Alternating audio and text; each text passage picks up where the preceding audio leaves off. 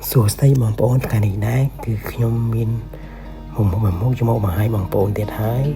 គឺមានឈ្មោះថាសម្លបន្លែចម្រុះញ៉ាំសាច់ចិញ្ច្រាំសម្លនេះដែរគឺជាប្រភេទសម្លសុខភាពបងប្អូនគ្រឿងផ្សំវាមានដូចជាប្រជុកចិញ្ច្រាំពោតបារាំងតៅហ៊ូផ្កាកាត់ណាគីពពុះសណ្តែកគល់ខ្ទឹមខ្ញីការ៉ុតបងប្អូនម្រះយើងយកមកស្រោចទឹកវាសិនបងប្អូនព្រោះម្រះវារឹងបងប្អូនយើងស្រោចទឹកប្រហែលជា2-3 នាទីចឹងទៅ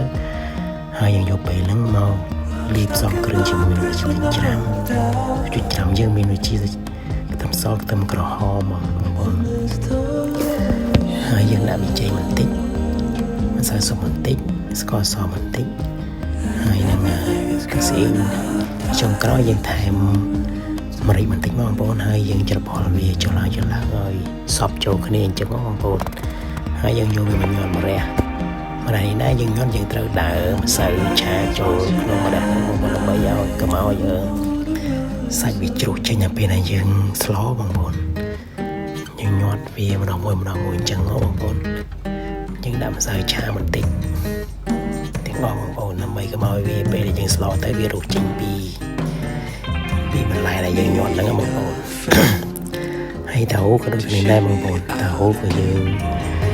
ញាត់សាច់ដែរយើងខ្វែចំកណ្ដាលវាមកហើយយើងរោយម្សៅ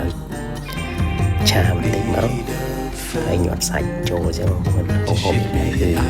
ហូបបែបសុខភាពបងប្អូនធ្វើញ៉ាំជារៀងរាល់ថ្ងៃបងប្អូននឹងមានសុខភាពល្អបងប្អូនហើយហ្នឹងហើយយើងឥឡូវយើងយកវាមកចៀនឲ្យវាឡើងក្រហមព្រឿងមកដើម្បីឲ្យពេលដែលយើងដាក់ក្នុងសម្លទៅធ្វើឲ្យសម្លយើងវាឈ្ងុយបងប្អូនបាទយើងកូរចូលឡើងចឹងមកឃើញវាពណ៌ក្រហមហើយយើងស្រង់ចេញហើយយើងបន្តចៀនតៅហ៊ូបន្ថែមហើយយើងយកពពុះសណ្តែកដែលរុំទៅជ្រុញច្រាំងក៏យកមកចៀនយើងចៀនវាចូលឡើងចឹងមកឲ្យវាឡើងពណ៌ក្រហមល្អបងប្អូនបាទហើយយើងចៀនរួចហើយយើងទុកវានៅឡែកយើងមកដាំទឹកដើម្បីស្លបងទឹកយើងដាក់2វែកមកហើយយើងកូរខ្ទឹមខ្ញីការ៉ុតហ្នឹងដាក់ដើម្បីឲ្យវាទឹកសម្លយើងវាឈ្ងុយក្លិនខ្ញីនិងការ៉ុតហ្នឹងបងប្អូនក្លិនខ្ញីក្លិនខ្ទឹមហ្នឹងវាឈ្ងុយក្នុងសម្លយើងហ្នឹងពេលយើងហត់ទៅវាមានរសជាតិឆ្ងាញ់មុខស្លនេះដែរបើយើងធ្វើជារៀងរាល់ថ្ងៃញ៉ាំគឺយើងមានសុខភាពល្អណាស់បងប្អូនមកស្លណាស់បើចានហើយបងប្អូនឃើញទេតំណងគួរចង់ញ៉ាំមែនតើ